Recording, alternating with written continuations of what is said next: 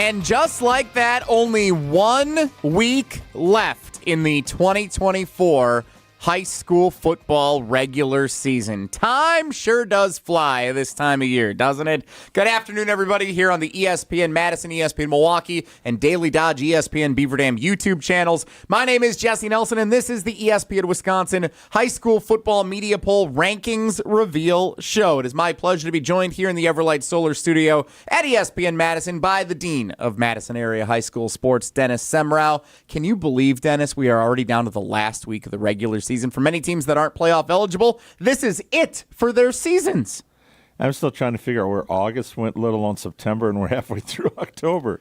And the fact that we've had great weather for 8 weeks, that's phenomenal. We have been in really good shape on Friday night, so we hope that continues to be the case not only this week, but for those teams that are moving on into the playoffs, many of which we will be talking about here in just a few minutes, that we hope that weather stays nice all the way. I do recall wearing shorts to Camp Randall last year to call a state championship game. First time ever that I've been able to do that. So I hope we get to that point again this year. I'm a little lenient on the shorts policy. But remember, a few years ago we had snow at sure Halloween. Not at Christmas. So yeah. Welcome to Wisconsin. Definitely more expecting that than the former. Anyway, here we go. It is the ESPN Wisconsin High School Football Media Poll Rankings Reveal Show. With just 1 week left to go in the regular season, we unveiled the top 10 teams for the large division and small division. The small division consisting of schools with enrollment size 549 and lower. We expect these to be many of the teams who will be in the divisions 4, 5, 6, and 7 playoff field. The large schools, enrollment size 550 and more, expected to be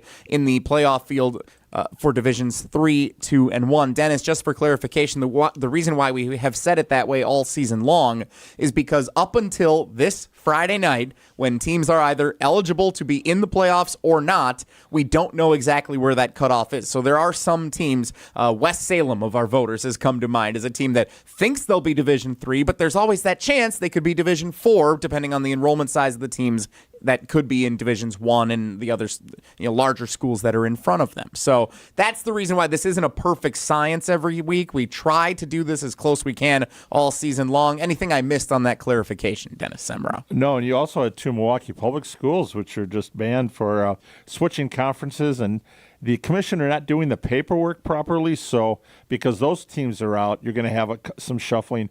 If somebody goes up, and with the performance factor this year, teams that go up, somebody's got to come down. So that's why this year I think is a little bit more interesting than past years because of that performance factor. Wanakee, for example, 2 years ago they were 1. Last year they were back to 2.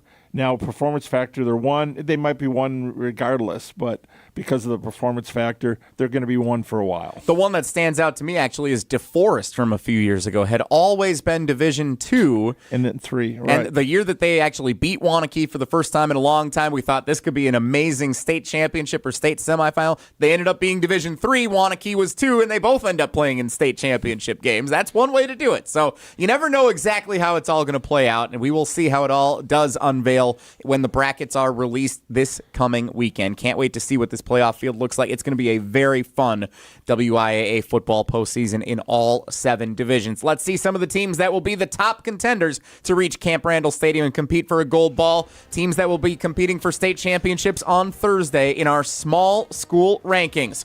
This is going to look very, very similar for many of you who joined us last week on the Rankings Reveal Show. In at number 10, the St. Mary Springs Ledgers, winners in one of the biggest games around the state last week in the Flyway Conference, 10-3 over the Mayville Cardinals. And now St. Mary Springs in play to potentially finish, Dennis, in a 3-way tie in the Flyway Conference for the number 1 spot, depending on how things play out this week. Yeah, I thought this might be an overtime first field goal wins because there was 2 field goals. Will Stelmacher with a 1-yard run in the 4th quarter for St. Mary Springs. And I saw a quote from Coach Highland. He said that there's nothing like lying in the mud after a victory. That's how he described that kind of a game. Wow, we pulled it out in the 4th quarter. And because this is Coach Highland's last year, the guys really want to take him out. And they've got a 1 loss, so let's at least get a share of the conference title and move on. But that was a tough Mayville game they had. This week, Winnebago Lutheran, 3-3 in the conference. You never know. WLA That was one of my old rivals when I was in high school. You feel pretty good about Springs in that contest, though, and here's where it gets interesting for them because Lomira is undefeated atop the conference right now. If Lomira beats Mayville this weekend, Lomira wins first place, Mayville would go down to third, and then Springs would finish in second in the conference. If Mayville beats Lomira, it's a three-way tie with everybody having beaten everybody in that three-team pack there of St. Mary Springs, Mayville, and Lomira. So that would be all share then of the conference title. So if you're a Springs fan, I guess that means you're probably pulling for Mayville to beat Lomira this week if you want to share that conference title. In at number 9 in the small school rankings here heading into Week 9 following the Week 8 games, it is the Prairie du Chien Blackhawks. 39-6. They crushed New Glarus in Week 8. Their last game coming up is at Lancaster, which will determine the Southern Wisconsin Conference title. Dennis? Yeah, their last loss for the Blackhawks, 14-12 to Aquinas back in the beginning of the season. So they've been on a stretch, and they haven't allowed any more than 15 points a game all year. So that's pretty good. They got a 1,000-yard passer in Abe Amundsen. Blake Theory just made it over 1,001 yards, and between them, 40 touchdowns. So that's a great 1-2 punch. And like I said, their defense has been top-notch too.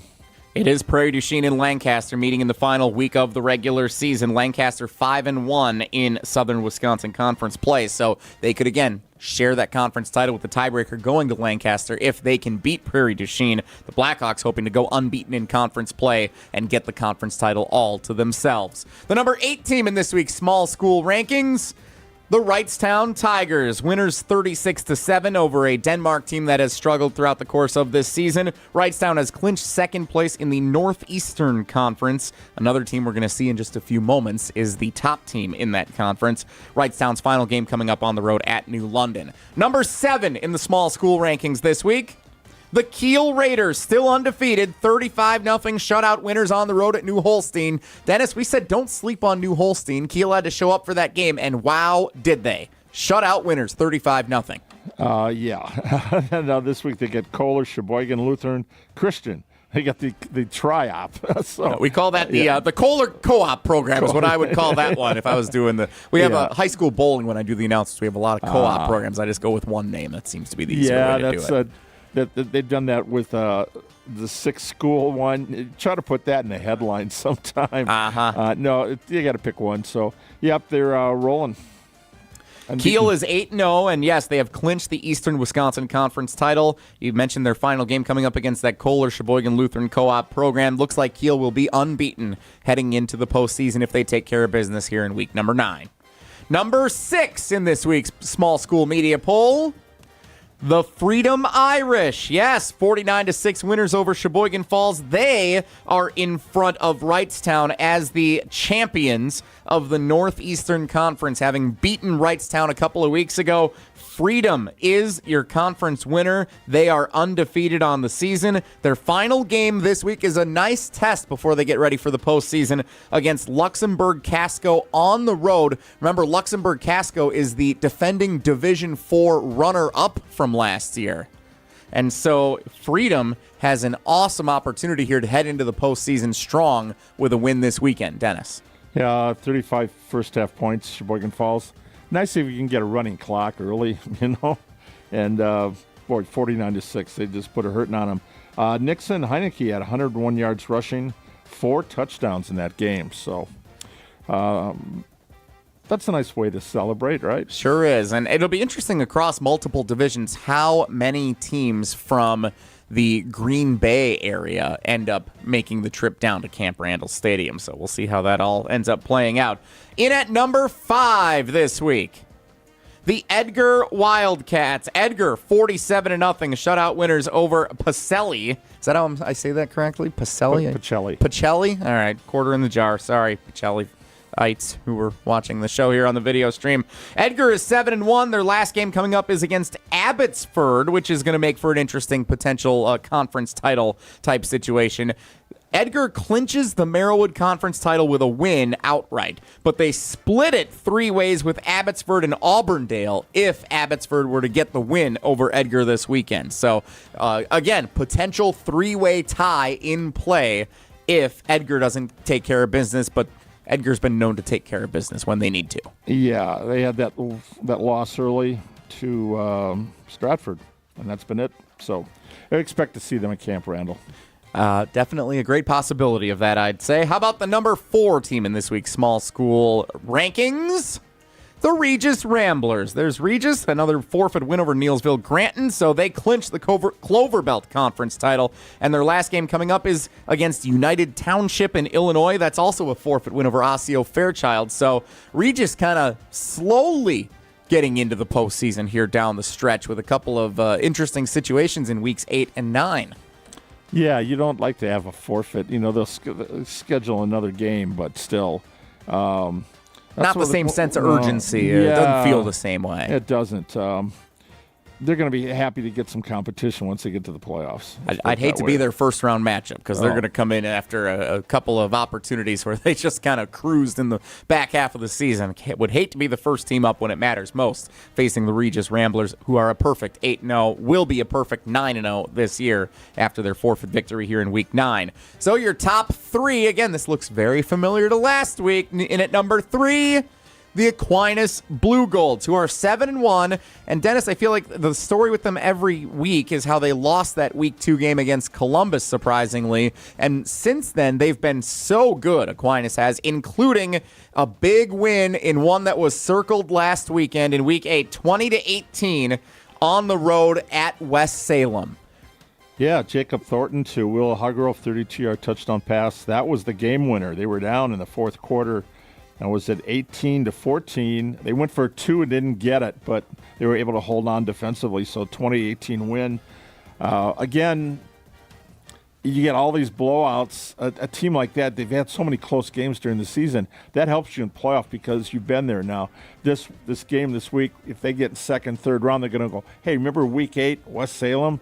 What did we do in the fourth quarter? Let's do it again. So, yeah, again, you get teams that get all these blowouts, and you say, well, they're dominant. But, yeah, you got to be tested, and especially the last 2 or 3 weeks of the season. Otherwise, you get lulled into a kind of a sense of where you're satisfied.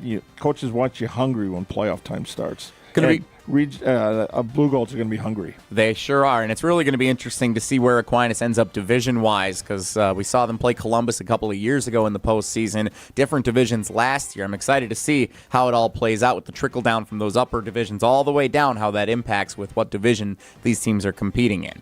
In at number 2 in the small school media poll this week, it is your Columbus Cardinals once again. Dennis, a lot of points on Friday night, 57-33. They beat Cedar Grove, Belgium, who was no pushover by any means. Columbus got it done, though. A lot of points on the board. They have now clinched the Capital Conference title, and they will face Beloit Turner in Week 9, but the Cardinals gearing up for a big postseason run. This is the team Barry Alvarez would love. 515 yards rushing last week. Woo-wee! And Connor Roach, 26 carries, 318 yards, 4 touchdowns. He has just been on fire. He'll be definitely an all-state candidate here this year. Be looking to see what happens, with the Cardinals in the postseason honors. But they're averaging 44 points and 354 yards rushing. Most teams don't average 300 yards total, and they got that many more rushing. Wow. Talk about the Air Cardinals, the Cardinals soaring. No, this is ground chuck, baby. Yeah, Barry'd love it. Columbus Cardinal football, by the way, you can follow along on Daily Dodge TV and ESPN Beaver Dam throughout the course of the postseason. They gotta love them calling those games. Our friends up at not only do they get a bunch of points in a winner, but they're also done by 9 o'clock every night because it's natural running clock all the time. Yeah, we're a little selfish in that sense sometimes when we think of these games, but no, Columbus is a really, really good team, and I'm excited to see how far they make it in the postseason. And number 1, it's the same team that's been number 1 wire to wire, the Stratford Tigers. Perfect 8-0, 48-20 winner over Amherst. We said, Dennis, last week, Amherst could give Stratford a game. Turns out Stratford may have hurt us, and that was all the motivation that the Tigers needed to cement the CWC large conference title. Well, they'd only given up 60 points all season, gave up 20 to Amherst.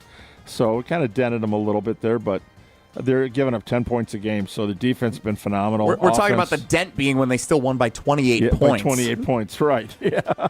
So subs got in the fourth quarter. Maybe they gave up a touchdown or two. But, Stratford's been number one. And as you said, now Loyal Greenwood this week at 1-7. Ouch, that's last week was senior week since Stratford's on the road this week. So that's a good way to beat Amherst senior night.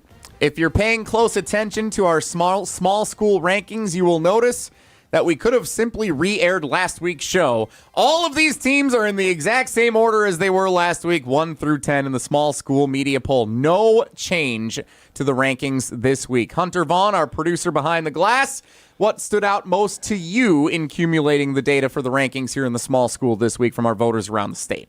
Well, I mean, other than the lack of change, of course, the two schools that didn't get into the top 10, but Winneconne, they came in, would have been number 11 if we went that far down on things. They got 13 points. They needed 15 to be able to overtake St. Mary's Springs, but they peaked at number 5 in a poll.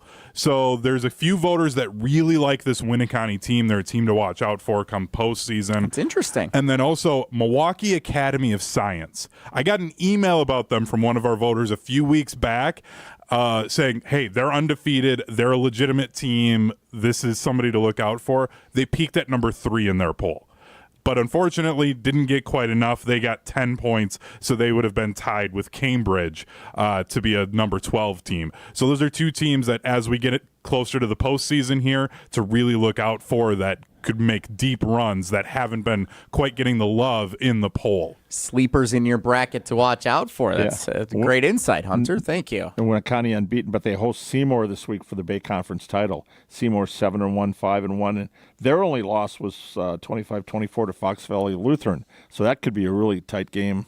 And if Winneconne wins and somebody drops out, they'll probably be the first one in. We'll see if we see more teams making their first debut in the rankings next week. Nice. Thank you. Thank you. I've been here all season. Set that up for you.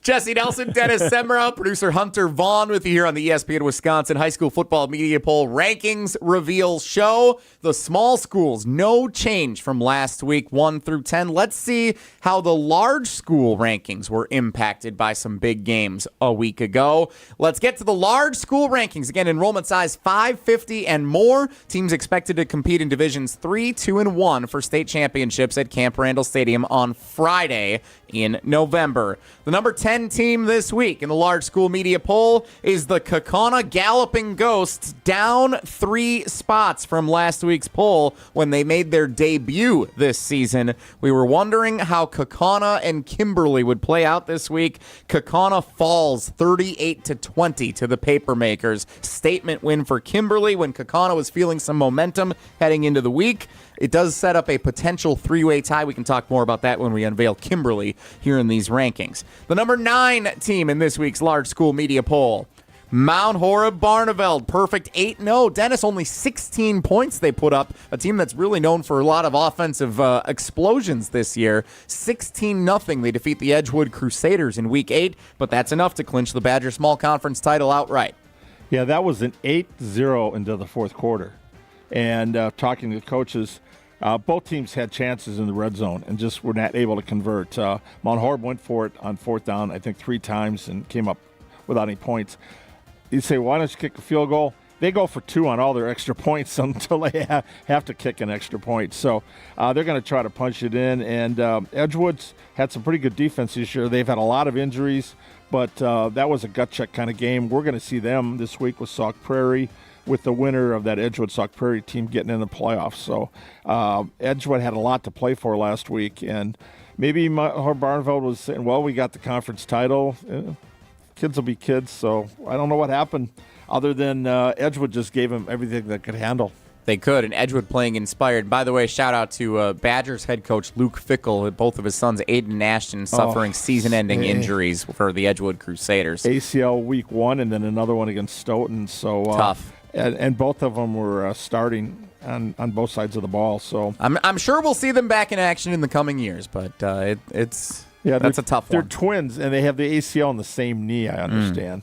Yeah. Sorry, Coach. No, Coach has had a couple of rough weeks, and with his kids being out. He's a family guy, so our thoughts go out to them. But I'm sure the boys will be back next year. Mount Horeb-Barneveld, plenty back. They have their eyes set on Camp Randall Stadium, 8-0 champions of the Badger Small Conference, in at number 9 in the large school poll this week. Number 8, first time in the poll for the Slinger Owls. Can I get a hooty hoo? Hoot. We got to work on that. I don't think that was our best, Dennis. Slinger, 22-21 winners over Homestead. First time ranked for Slinger. They are 8-0 this season. Get this. Slinger beats Homestead. Touchdown with 3 seconds left. Go for 2, and they convert the 2-point conversion on a wide receiver double pass to win it 22-21.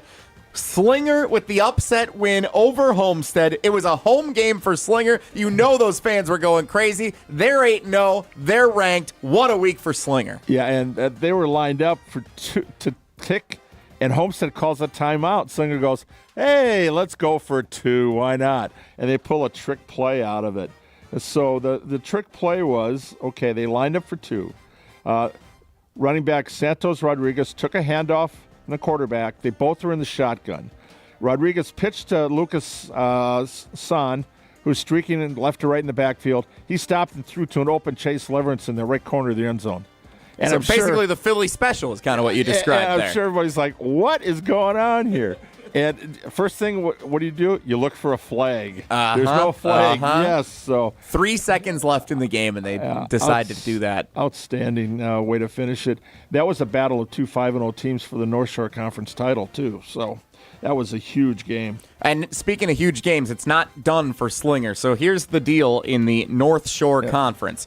Slinger at Cedarburg this week. We have had a North Shore team ranked in every poll this year. It just has been a matter of who it's been. Cedarburg for a while, then Homestead last week. Now it's Slinger. Cedarburg hosts Slinger this week. If Slinger wins, they win the conference title outright.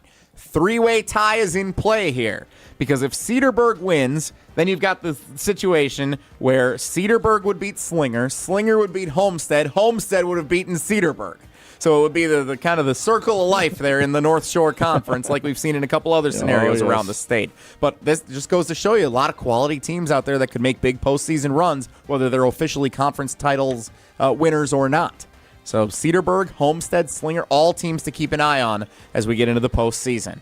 What a game this week for Slinger. Definitely the win of the week, no doubt. Number 7 in the large school media poll heading into week 9. The Arrowhead Warhawks. Again, no team has traveled further up and down the top 10 than the Arrowhead Warhawks this season. They are number 7 this week, up 1 spot following a 44-16 win over Brookfield East.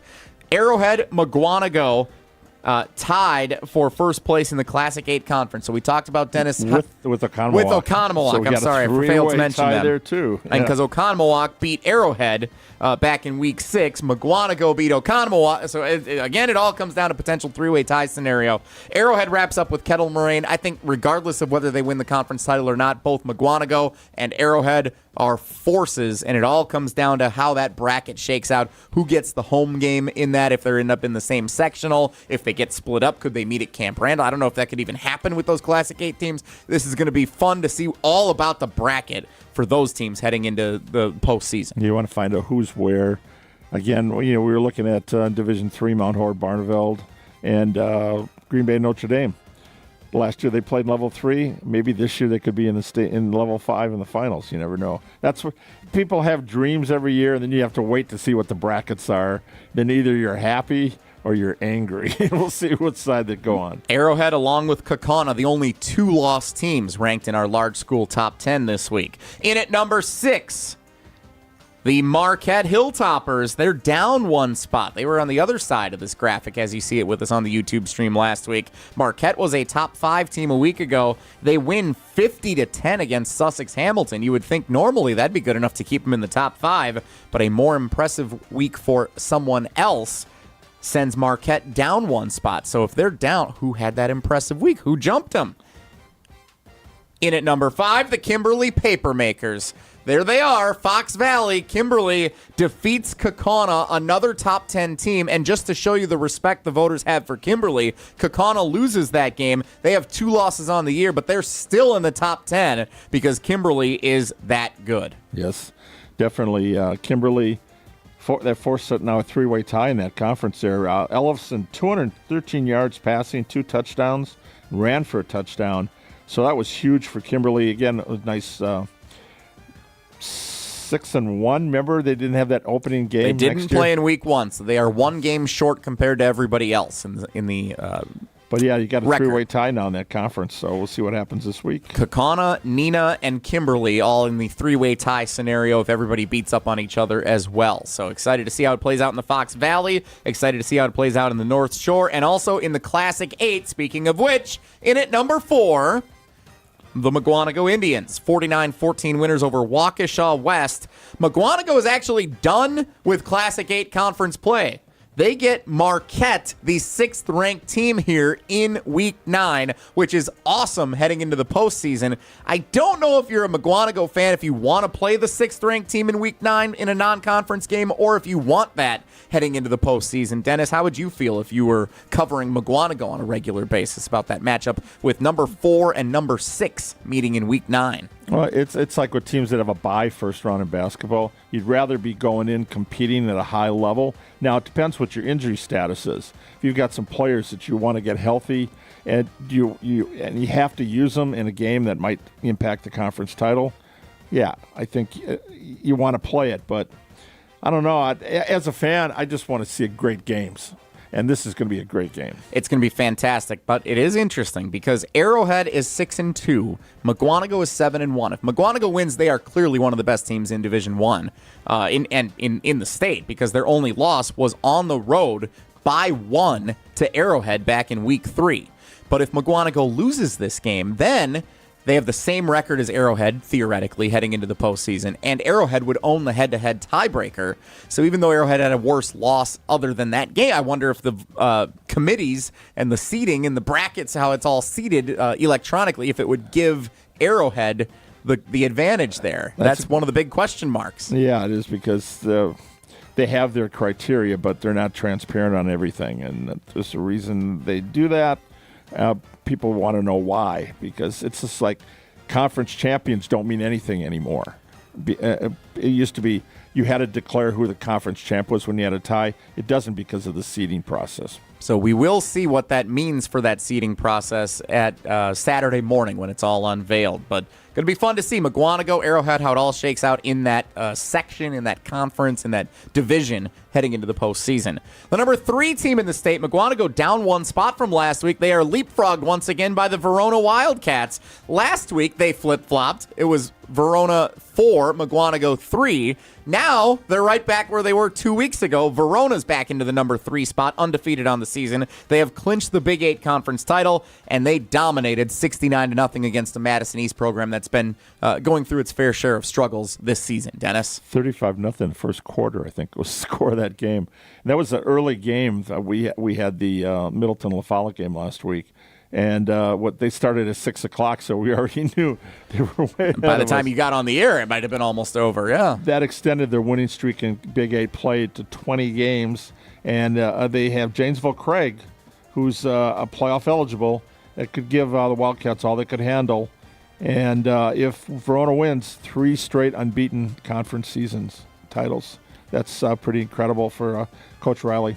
That's really incredible in what has been a competitive conference for many years. Verona cementing its legacy here over the last 3 years, and Coach Riley, when he showed up to take over that program, has dominated conference play, including rival Middleton, with some D1 talent on that Middleton team, too. Those have been no slouches that they've been able to beat. Quickly, let's check number 2 and number 1 here in the large school media poll this week. Number 2 is, again, the Notre Dame Tritons, 8-0. They have not yet clinched officially the FRCC South Conference title because they play Oshkosh North, who is 5-1 in conference play this week. So in theory, Oshkosh North could beat Notre Dame. It's Oshkosh West. Or West, I'm sorry. So they play this week, and they could potentially split the conference title, but Green Bay seems like they're going to be in good shape. Notre Dame, the Tritons, and again, collision course potentially with Mount Horeb, Barneveld, and Camp Randall if it all plays out the way we certainly hope that it may for these two Division III juggernauts. Number 1 team this week, the Franklin Sabres, yet again. 49-7 winners over Kenosha Indian Trail. No change from last week. They have clinched the Southeast Conference Championship, and they get Racine Horlick on the road in Week 9 to close it out. But we said a couple of weeks ago, Franklin's toughest part of its schedule is done. They look like they're going to go undefeated. 7th straight conference title. Think about that. These guys the seniors were in 5th grade last time. Unreal. Franklin has been a juggernaut. Again, we expect to potentially see them at Camp Randall again this year, depending on how the bracket shakes out. But again, we'll find out all that with the playoff bracket on Saturday. For now, we focus on the rankings and a few movers and shakers here in the large division poll this week. Hunter Vaughn, what stood out to you in collecting the data from our voters all around the state? You know, I feel like I've brought this up a few times, but it hit again where our voters are really undecided on the Verona Wildcats. And I think it's because of their offense. I know you could look at the box score and say, oh, well, they put up a bunch of points on Madison East this last week. They've got a great offense. They've struggled against better teams. Verona received votes at the 2, 3, 4, 5, and 6 spots in this poll. So they're all over the place in the voters' minds.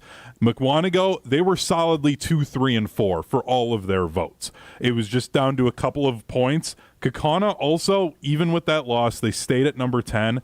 They just barely beat out Oconomowoc by 1 point.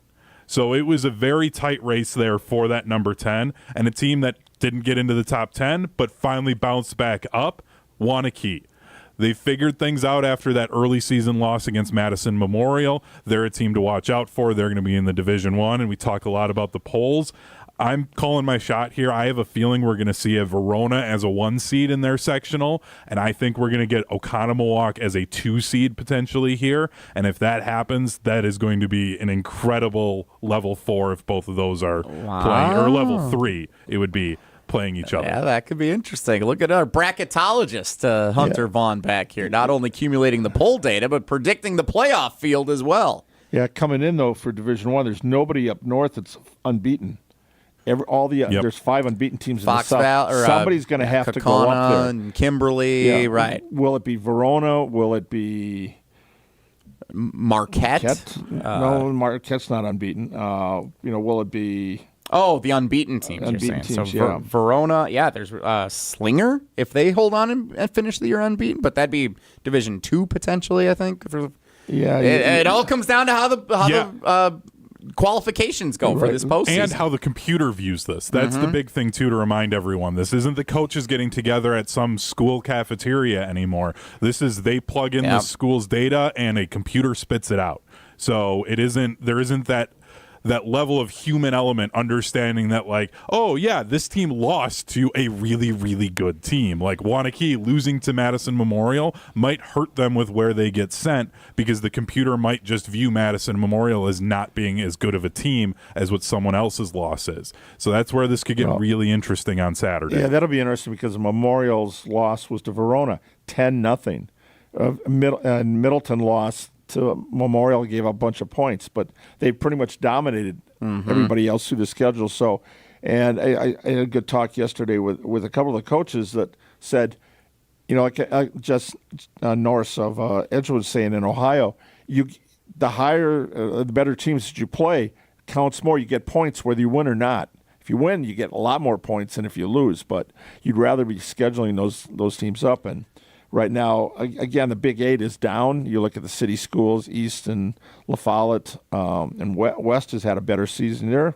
Maybe if they win this week, they're playoff eligible. But so I don't, unless you actually have knowledge of the computer and you're with the WA, that's a pretty well kept secret. So we, like everybody else, we got to wait till Saturday morning at 10 o'clock when they have the reveal show. So regardless of what the computers may do, regardless of how Week 9 may shake out, Dennis Semrau, if you had to lock in right now one team in our large school top 10 to say this is a team I expect to see at Camp Randall Stadium, you're going to put all your eggs in that basket, who is it? From local?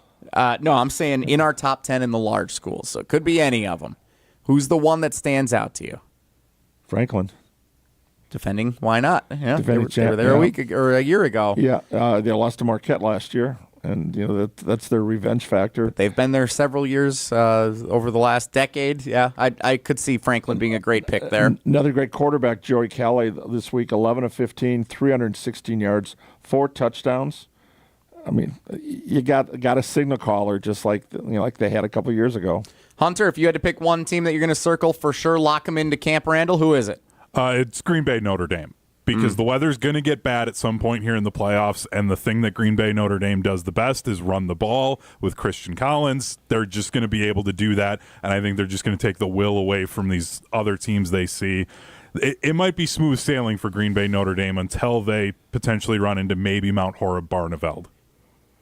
I think I want to pick Kimberly, but I'm not. They've been so good. The one game against Nina is throwing me off with Kimberly because they've been so good and they just took down Kakana in convincing fashion. Like I feel like that one peg knockdown by losing to Nina actually will propel Kimberly on a big run all the way to state. Give them a little something extra motivation by having a loss that they've incurred in the regular season. Well, I think the thing, too, to remember with that loss to Nina is the fact that Nina has Grant Dean.